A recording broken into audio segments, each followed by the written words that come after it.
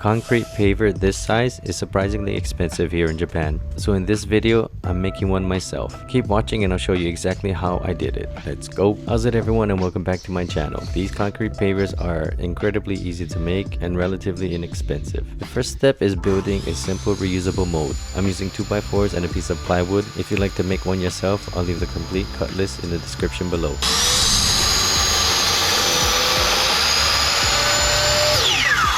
Now I'll assemble the frame. I drill out my pilot hose first and then secure the frame together with 2.5-inch wood screws.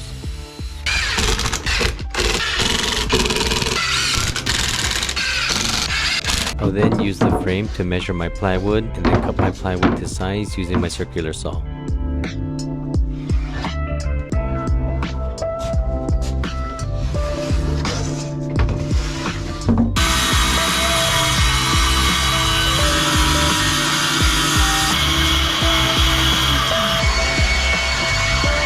After I cut the plywood, I'll attach the frame to the plywood from underneath. This keeps everything secure and gives me a reusable mold that I can use again and again for future projects.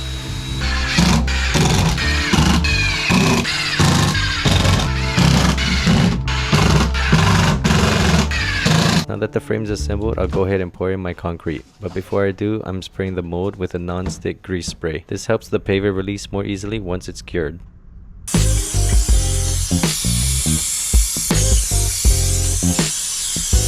Here in Japan, I'm using a product called dry生コン, a dry ready-mix concrete. It's inexpensive and easy to find at most home centers. One bag costs about 800 yen, which is roughly $5, which is a big reason why I decided to make my own pavers instead of buying them. I'm mixing it until it reaches a workable consistency, not too dry and not too soupy. You want it wet enough to settle into the mold, but firm enough to hold its shape. Once the mix is ready, I pour it into the mold and spread it evenly.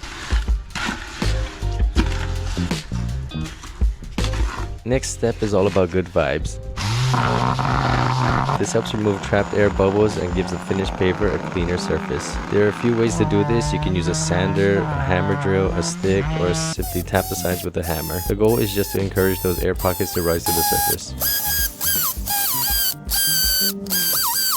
After an hour or two, depending on the temperature and weather, the concrete begins to firm up. At this point, I'm going to edge the paver. This step is completely optional and really comes down to personal preference. I wanted a softer, more finished look, so I'm rounding over the edges slightly. I gently outline the edge with my edging tool. Then I press down on the back of my edger and gently drag it across. And then when I pull back, I'll drop the front of my edger and lift the back up and gently pull it back. I'll keep repeating this process until I get nice rounded edges. After that, I'll smooth the rest of the surface. I don't own a proper magnesium float, so in true DIY fashion, I'm using what I already have, a tiling trowel. I'm applying incredibly light pressure here. I'm not even pressing down. I'm just letting the trowel glide across the surface. The concrete now needs time to cure. I'm gonna leave it for at least 2 days before removing it from the mold.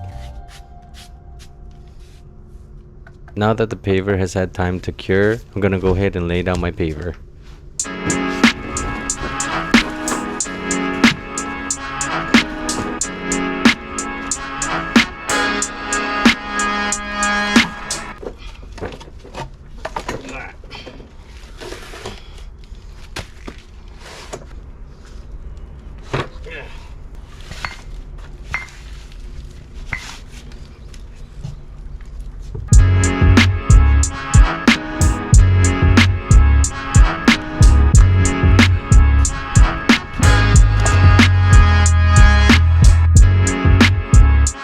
Flip the mold over and remove the screws from the bottom first. Then I remove the screws holding the sides together so the mold comes apart without putting unnecessary stress on the paver.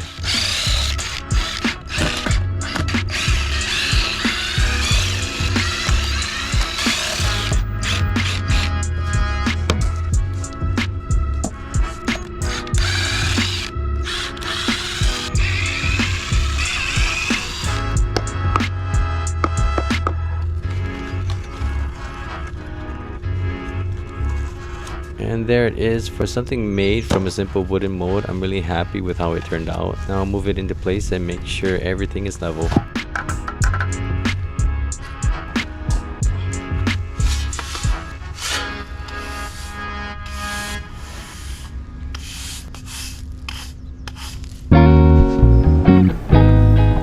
paver is thicker than the ones that I looked at in the store, costs less to make, and I can reuse the mold to make as many more as I need. Not bad at all for a DIY project.